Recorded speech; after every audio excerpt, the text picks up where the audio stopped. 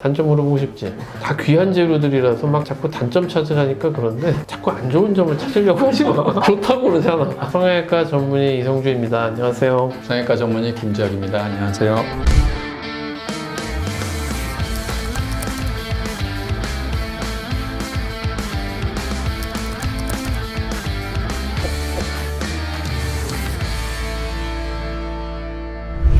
코성형을 할 때 쓰는 연고에 대해서 얘기했죠. 일단 왜 코성형에는 연고를 많이 쓰는지. 콧대야 뭐 우리가 이제 보형물을 써서 수술하는 게 일반적인 것이지만 코끝만큼은 자연스러운 내 조직을 가지고 만드는 게 좋다 그렇게 돼 있죠. 그리고 실제 해보면 그게 맞는 얘기고요. 그럼 왜 하필 연골형이 쓰일까요? 연골 세포가 굉장히 생착을 잘해요. 흡수가 잘 안 된다는 얘기예요. 원래 있던 위치에서 연골을 떼서 코의 어떤 부위로 옮겨놨을 때 그 연골 세포들이 혈관이 잘 들어오지 않아도 주변에서 흡수하면서 영양분을 살아갈 수 있어요. 생존력이 강한 거죠. 그게 제일 장점이고, 두 번째는 연골이라는 것이 갖고 있는 특성. 뼈는 어떻죠? 딱딱하고 뭔가 조직이 움직이지 않고 그렇잖아요. 그러니까 넣어놓으면 자연스럽지 않은 거예요. 근데 연골은 우리가 책받침처럼 흐늘흐늘 움직이지만 또 그렇다고 지지력이 없지도 않아서 내가 모양을 만들고 싶을 때 딱 만들어주고 있는 그런 형태. 그러니까 뭐 최적의 재료라 이렇게 생각을 할 수 있죠. 귀한 거예요.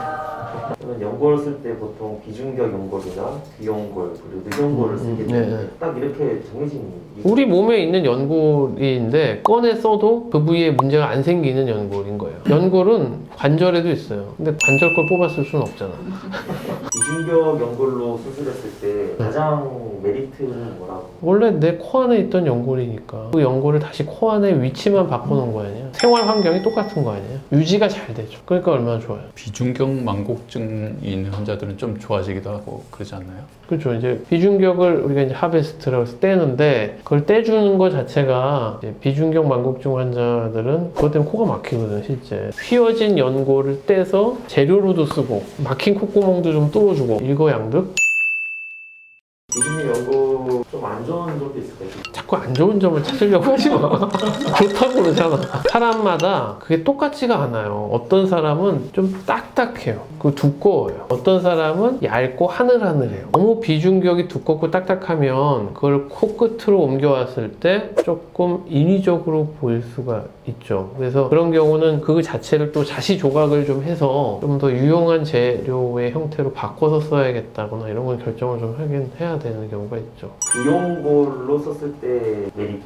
귀연골은 아무래도 비중격보다는 좀 부드러운 재질이고 곡면이 있기 때문에 곡면을 표현하고 싶을 때, 예를 들어서 콧날개 이런 거를 표현하고 싶다거나 코끝에 이런 동그랗게 돌아가는 로뷸리라고 하는 부분인데 비천 부분에 이렇게 돌아가는 면, 이게 이제 꺼져 있으신 분을 이렇게 곡면을 표현하고자 할 때는 당연히 이제 비중격보다는 유리하죠. 근데 단점은 흡수되면서 흐물흐물해지는 문제, 그 다음에 가끔 피부가 얇은 분들은 겉에서 비쳐 보인다 그래요. 굳이 뭐 다 귀한 재료들이라서 막 자꾸 단점 찾으라니까 그런데 귀연골의 단점은 떼는 부위의 흉터와 감각 이상을 호소할 수 있어요. 가급적이면 저는 코 수술할 때는 코 안에서 다 해결을 할 수 있으면 하고, 안 되면 귀연골, 안 되면 늑연골. 그러면 늑연골에 또 쓰는 메리트. 양이 많죠. 보형물 정도의 크기까지도 늑연골로 만들 수 있어요. 갈비뼈는 좀 많이 뗄 수 있긴 하거든요. 단점 물어보고 싶지?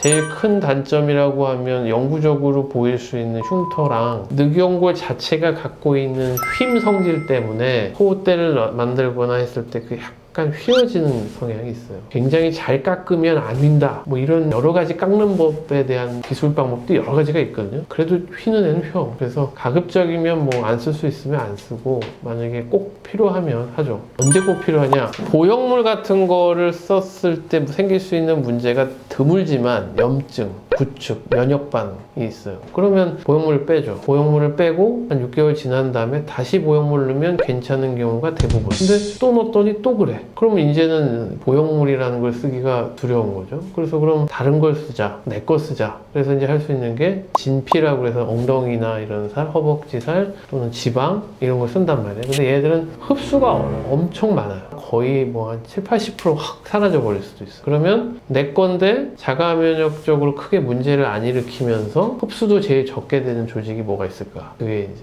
늑연골이고. 그럴 때는 이제 늑연골을 생각을 하죠. 근데 이걸 처음부터 내가 수술할 때 늑연골 떼서 하겠다. 이럴 필요는 전혀 없어. 너무 투머치. 기증늑연고 쓸 때도 메리트가 있을까요? 일단 뭐 공여 부위에 흉터를 만들 필요가 없잖아요. 제품화되어 있는 거니까. 그리고 얘도 마찬가지로 양의 제한이 없죠. 원 없이 갖다 쓸 수 있죠. 대신에 비용이 많이 비싸죠. 비싼 재료예요. 국내산은 거의 없고 다 수입재를 쓰기 때문에. 왜냐면 우리나라는 사체 기증 문화가 별로 없잖아요. 기증된 걸 갖고 만들어야 돼서 다 수입을 하는데 이거 갖고 코를 전부 만들 필요는 없고요. 코끝 지지 구조물 쓸 때 정도 소량 사용할 때 보통 쓴다 이렇게 생각해요.